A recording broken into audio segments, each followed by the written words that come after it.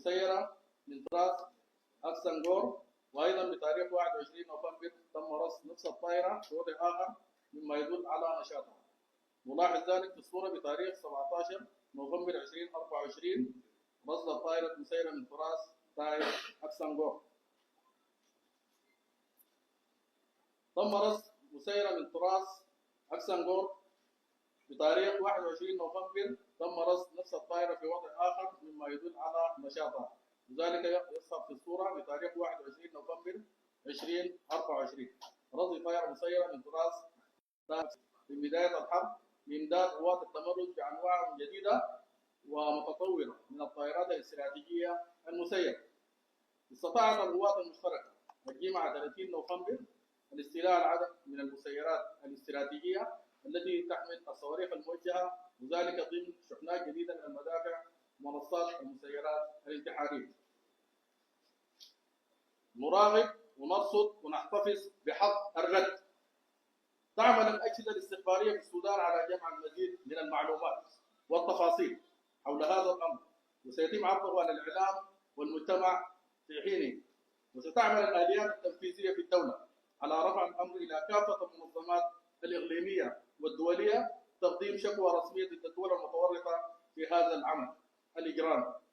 تؤكد القوات المسلحة السودانية أنها تراقب وترصد وتحتفظ بحق الرد بالطريقة المناسبة وفي الوقت المناسب.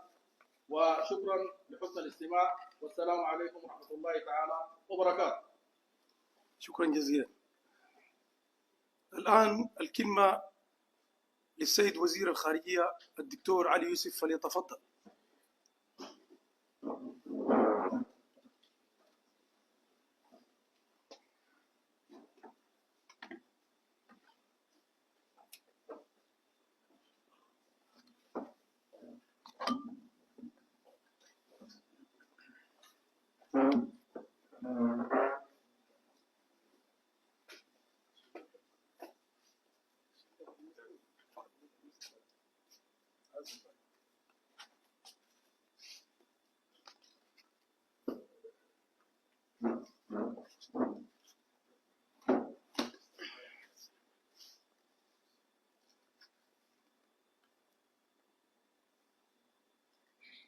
طيب، بسم الله الرحمن الرحيم. الحضور الكريم، السلام عليكم. خلال الأيام الماضية شهدت البلاد تصعيدا خطيرا من قبل ميليشيا الدعم السريع الإرهابية المتمردة، التي كثفت من اعتداءاتها وجرائمها وهجماتها العشوائية ضد المدنيين الأبرياء، وهي ممارسات تمثل انتهاكا صارخا لكافة قواعد القانون الدولي الإنساني وللقيم الإنسانية الأساسية التي تحترم كرامة الإنسان. لقد وثقت الجهات المختصة كما رأيتم استخدام هذه الميليشيا لمسيرات بعيدة المدى في هجمات عشوائية استهدفت مناطق مروي وعطبرة والخرطوم والفاشر،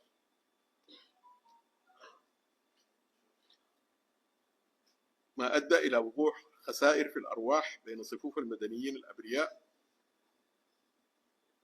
وإن هذه الجرائم التي تستهدف بوحشية أبناء الشعب السوداني تدل على استهتار الميليشيا بكل الأعراف والقوانين التي تكفل حماية المدنيين وقت النزاعات.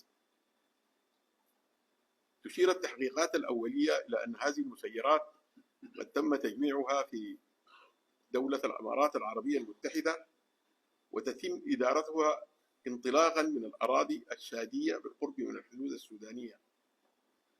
كما أن تقارير موثوقة تؤكد أن الإمارات قامت بتجنيد آلاف المرتزقة من دول الإقليم، بل وحتى من مناطق بعيدة خارج القارة مثل كولومبيا، لاستخدامهم في قتل السودانيين. إن هذا الدعم العسكري المباشر لميليشيا ترتكب جرائم إبادة جماعية وجرائم حرب وجرائم ضد الإنسانية يجعل دولة الإمارات شريكا مباشرا في هذه الجرائم، وهو ما يحملها المسؤولية القانونية على المستويين الجنائي والمدني. وعلى صعيد متصل فإن تسهيل جمهورية تشاد وبعض الدول الأخرى في المنطقة لنقل هذه الأسلحة وتوفير الممرات الآمنة للمرتزقة يتعارض تماما مع قواعد حسن الجوار وميثاق الأمم المتحدة والقانون الدولي.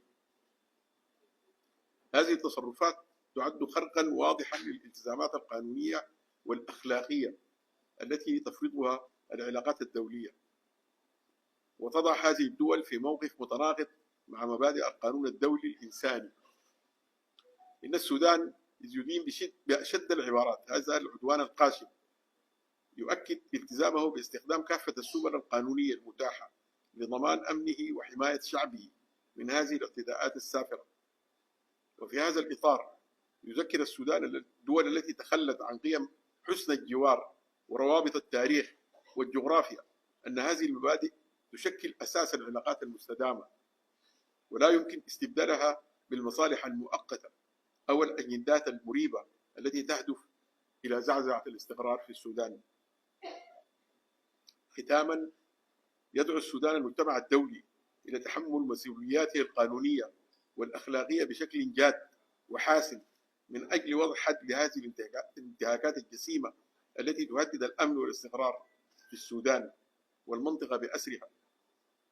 إن صمت المجتمع الدولي في وجه العدوان الإماراتي والجرائم التي ترتكبها ميليشيا الدعم السريع يشكل إخفاقا أخلاقيا لا يمكن تجاهله. السلام عليكم.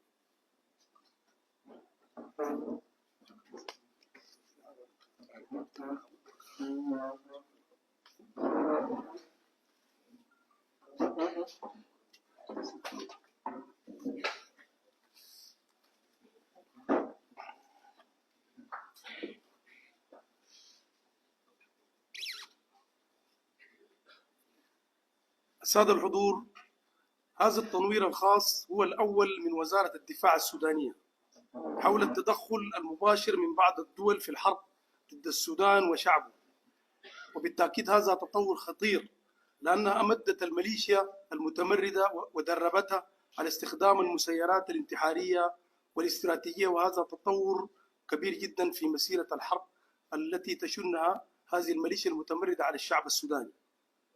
آخر تلك العمليات المعادية كما تم توضيحه قبل قليل أنها تمت قبل أيام قليلة على مواقع مختلفة بالعاصمة الخرطوم ومدينة الفاشر شمال دارفور ومدينة عطبرة في ولاية نهر النيل ومروي ومناطق أخرى. وعليه نوجز لكم خلاصات هذا التنوير في النقاط التالية. 1. بهذا تكون الحرب قد أخذت منحا جديدا بظهور أسلحة استراتيجية جديدة تنطلق من منصات في دولة مجاورة وهي دولة تشاد بكل تأكيد. لدينا كما وضح من خلال هذا البيان التوضيح أدلة دامغة وواضحة تشير إلى تورط دولة الأمارات بصورة لا تقبل التشكيك. دولة الأمارات العربية المتحدة متورطة في هذه الحرب التي يقتل فيها الإنسان السوداني، هذه الحرب التي تدمر البنية التحتية في السودان، هذه الحرب التي ربما تستهدف كل أبناء الشعب وقيادات الدولة، وهذا تطور خطير جدا. لدينا كما أوضحت التقارير التي تفضل بها الحضور أدلة واضحة تشير إلى الدول، وهذه الأدلة لا تقبل التشكيك.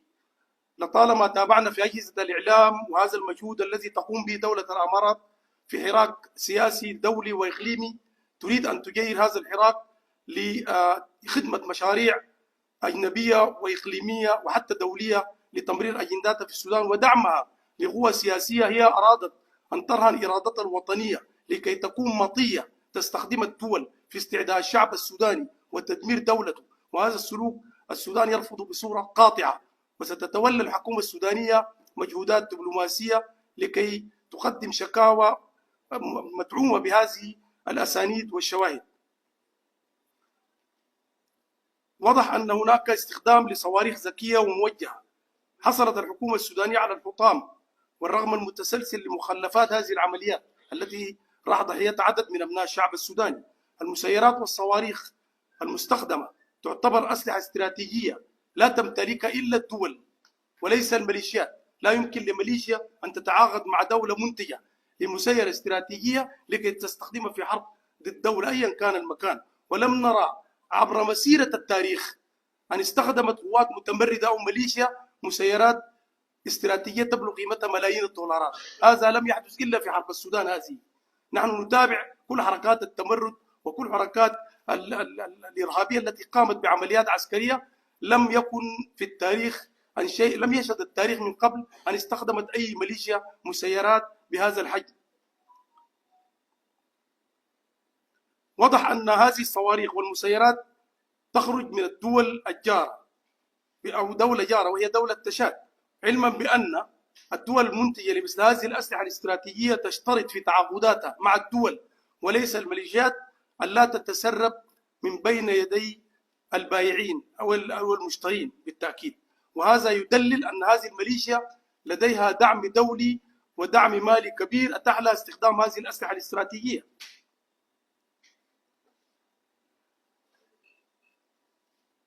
نحن نعتبر في حكومة السودان أن هذا العدوان هو عدوان مباشر من دولتي الأمارات والتشاد ضد السودان وشعبه. في هذا التنوير قدمت لكم وزارة الدفاع السودانية كل الأسانيد المطلوبة، ونذكر بأن التعدي قد بلغ مرحلة متقدمة بعد ظهور المرتزقة وآخرهم من دولة كولومبيا، وهذا أيضا تطور نوعي كبير في مسيرة الحرب ضد السودان وشعبه. نحن في الحكومة السودانية نحمل مسؤولية أي عمل عدائي الآن من هذه الميليشيا ضد الشعب السوداني والبنية التحتية ورموز وقيادات الدولة لكل من دولتي تشاد، وأبدأ بدولة الأمارات ابتداء ودولة تشاد. فدولة الأمارات وفرت الدعم اللوجستي العسكري، ودولة تشاد أصبحت منصة لعدوان خارجي. لم تعد هذه الحرب بأي شكل من الأشكال هي حرب داخلية من جماعة متمردة مغتصبة نهبت ودمرت البنية التحتية، وإنما من دول. هذا يجب أن يكون واضحا أن الحرب هذه هي حرب من دول ضد السودان وشعبه وليس ميليشيا متمردة كما تزعم هذه الدولة الأمارات وتشاد. ولدينا من المعلومات ما يؤكد بأن دولة الأمارات زودت الميليشيا بهذه الأسلحة المتطورة والاستراتيجية، وستلاحق الدولة السودانية هذه الدول التي تورطت في هذا العمل الإرهابي. نحن نصف عمل إرهابي بامتياز قامت به دولة الأمارات ودولة تشاد في قتل الشعب السوداني. نحمل تبعات كل هذه الحرب، نحمل هذا التهجير القسري للشعب السوداني، تدمير البنية التحتية، قتل المواطنين السودانيين العزل، تدمير المؤسسات الدولة، كله نحمل هذه الدولة ابتداء ودولة تشاد والميليشيا المتمردة.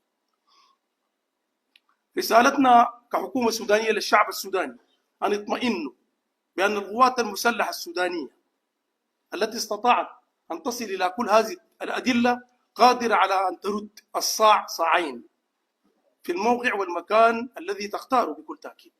ونؤكد أن هذه المؤسسة العسكرية ممثلة في القوات المسلحة على أوبد الاستعداد، بذلت الغالي والنفيس للدفاع عن الشعب السوداني، وبين أيدينا الآن بشريات لانتصار القوات المسلحة اليوم في أكثر من مكان كما تفضل وزير الدفاع منذ قليل. نؤكد للشعب السوداني أن القوات المسلحة على أوبة الاستعداد للدفاع عن مصالحه وعن دولته، وندعو جميع أبناء الشعب السوداني إلى تفويت الفرصة على أعداء الوطن الذين يعادون سيادة واستغلالية السودان. وهنا نناشد بصفة خاصة من يقاتلون كتفا بكتف مع الجيش السوداني، ونحثهم على التضامن وتفويت الفرصة على من يحاولون إيقاع الفتن بين الجيش والشعب. الجيش السوداني والشعب السوداني يد واحدة، عضل واحد، لن تستطيع أي مكون سياسي أو فكري أو أيديولوجي تفكيكه وتفريغه في هذه المعركة. هذه المعركة معركة الشعب والجيش والشعب في آن واحد. وبالتالي كل المحاولات التي تريد بعض الجهات عبر الغرف الإلكترونية، عبر صناعة الأخبار المفبركة، ووجه رسالتي لبعض المؤسسات الإعلامية التي تنقل هذا الحدث أن أعودوا إلى الحياد. هذه المعركة نحن نقاتل دفاعا عن سيادة بلدنا ووطننا، ونريد لهذه المؤسسات الإعلامية التي أمامي أن تضع 1000 خط تحت تغطيتها الصحفية والإعلامية للأنشطة السودانية. نحن لن نقبل أن يكون هناك جهازا إعلاميا خارجيا أو داخليا يمرر أجندات تسهم في تفكيك الدولة السودانية. نقول ذلك بملء الفم، ونمد أيادينا بيضاء لكل من يمارس العمل الصحفي المهني وفق المواثيق والأعراف الدولية، أننا سنفتح له كل السودان لكي يغطي التغطية الموضوعية والمهنية، ومن يخالف هذا الأمر لن يجد مكان في السودان. نقول ذلك بوضوح شديد. نحن نريد من كل أبناء السودان في هذه المؤسسات الإعلامية أن يدعموا دولتهم وشعبهم، لأن هذه الحرب هي حرب ضد كينونة الدولة وسيادتها واستغلاليتها، وبالتالي ليس من المقبول على الإطلاق أن يكون هناك سودانيا أو سودانية أيا كان موقعه داخل أو خارج السودان لكي يمرر أجندات إعلامية تضرب في عضد الدولة وتفككها وتهشم بنيتها التحتية.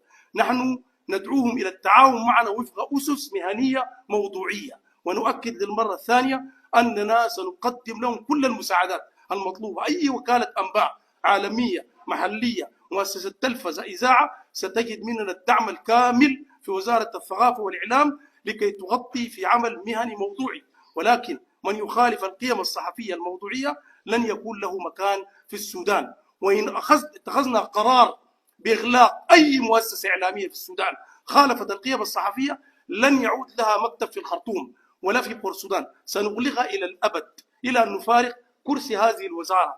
ليس لدينا ارتدادات في هذه القرارات المصيرية، نكون واضحين. إذا اتخذنا قرار، لأن الحرب هذه حرب إعلامية، لأن هناك بعض المؤسسات الإعلامية ونحن أهل شان ونعلم أنها لعبت دور موازي مساند لهذه الميليشيا في حرب إعلامية خاضتها عبر وسائلها وتقنياتها وإمكانيات دول تريد أن تخضع الدولة السودانية وترهنها ليد الميليشيا وهذه الدول المتآمرة على السودان. أكرر المرة الثالثة، ندعو الجميع للتعاون معنا ونفتح لهم كل أبواب التغطيات الموضوعية، ولكن في ذات الوقت ننبه إلى ضرورة عدم مفارقة الخطوط المهنية، وعندها سيكون لنا حديث آنذاك. بالتأكيد نطالب كحكومة السودان جامعة الدول العربية ومنظمة التعاون الإسلامي والأمم المتحدة لعقد جلسات خاصة وطارئة لمناقشة مخالفات الدولتين عن الأمارات وتشاد لنصوص ومواثيق كل هذه المنظمات الإقليمية والدولية. ختاما، نؤكد على حقيقة مهمة، وهي أن السودان كما أسلفت يمتلك حق الرد بكل تأكيد، ونقول لشعبنا السوداني الصابر في الأرياف وفي القرى وخارج حدود الوطن أنه وقف مع قواته المسلحة وقفة تاريخية، ويجب أن نتوحد جميعا وأن نعجل من مساعدتنا لأبناء شعبنا، وأن نشارك في كل الفعاليات والأنشطة التي تقوي من عضد الدولة. يجب أن نفوت هذه الفرصة. عندما كنا نتحدث في أول أيام الحرب أن هذه الحرب هي معركة الأمة السودانية كافة وأنها المعارك، كنا نعلم أن هناك تآمرا دوليا، أن المستهدف ليس مكونا محددا وليس القوات المسلحة فحسب، وإنما كينونة وتماسك واستقرار واستغلالية الدولة السودانية. وبالتالي نناشد الوجدان الوطني في من تبقت لهم ذرة حس وطني أن أي فعل يقومون به في سياق دعم الميليشيا والقوى السياسية التي تناصر هذه الميليشيا هو يصب في خانة تفكيك الدولة السودانية. هذا استهداف لا يستثني الداعمين والمرافضين لهذا التعدي الدولي. هذه رسالة لكل الذين يصطفون حتى هذه اللحظة في مناصرة الميليشيا ومعاداة من يصطفون مع الجيش السوداني، أن هذا المشروع مشروع خاسر، الذي هو مشروع كسب أن تدعم دولتك وشعبك ومؤسساتك العسكرية ممثلة في القوات المسلحة وكل القوات النظامية والقوات المشتركة والمستنفرين. نقول لشعبنا السوداني القوي الذي وقف مع قواته المسلحة أننا نعد في وزارة الثقافة والإعلام بأننا سنواصل تقديم مؤتمرات التنوير الروتينية الأسبوعية بروح من الشفافية والمكاشفة لكي نضع في الصورة الكاملة ولا نخفي عليه أي أسرار. أنا دائما أذكر بأن وزارة الثقافة والإعلام لم تكن عاجزة ولم تكن مقصرة خلال الفترة الماضية، اعترضت سبيل بعض المعيقات، نحن بصدد إزالة هذه المعيقات. نحيي جهد العاملين في وزارة الثقافة والإعلام السودانية، ونحيي كل العاملين في الأجهزة القومية الإعلامية السودانية أنهم تحملوا عبء المسؤولية في ظرف عصيب بإمكانيات شحيحة، ولكنهم أدوا أداء وطنيا مميزا. وبالتالي نحن في وزارة الثقافة والإعلام سنواصل هذه المؤتمرات التنويرية، لأن الشعب من حقه علينا أن نضعه في الصورة الكاملة لما تتعرض له بلادنا وشعبنا. أيضا رسالة للإخوة الإعلاميين، نؤكد بأننا سنقيم لكم مؤتمرات صحفية راتبة تفصيلية لتلقي كل الأسئلة في مرحلة لاحقة، خاصة فيما يلي أو في سياق هذا العدوان الخارجي، لأننا الآن بصدد اتخاذ إجراءات قانونية مهمة وتستوجب الإبقاء على الكثير من التفاصيل الإضافية إلى مؤتمر لاحق بإذن الله تعالى سنرتب لتلقي الأسئلة. التحية للقوات المسلحة السودانية والقوات النظامية والقوى المشتركة والمستنفرين، والتحية لكل أبناء وبنات الشعب السوداني لوقوفهم ودعمهم للقوات المسلحة السودانية بفهم وإدراك عميق للمهددات الخارجية والأطماع الدولية. أشكركم جزيل الشكر على الحضور، والله ولي التوفيق. شكرا جزيلا. المؤتمر الصحفي والذي تحدث فيه القادة العسكريون ولم يترك وزير الإعلام شيئا يضيفه، ولكنني لا أمل اتفاق البشريات التي قدمها وزير الدفاع للنازحين الذين الآن من القطيم والولايات الجزيرة وسكر سنار بأنها الآن أصبحت من يد القوات المسلحة. شكرا لمتابعتكم مشاهدينا الكرام. نقلنا لكم هذا المؤتمر عبر التلفزيون والإذاعة السودانية أردمان، وهذه عودة إلى استديوهاتنا الرئيسية. شكرا جزيلا يا شباب، بارك الله فيك.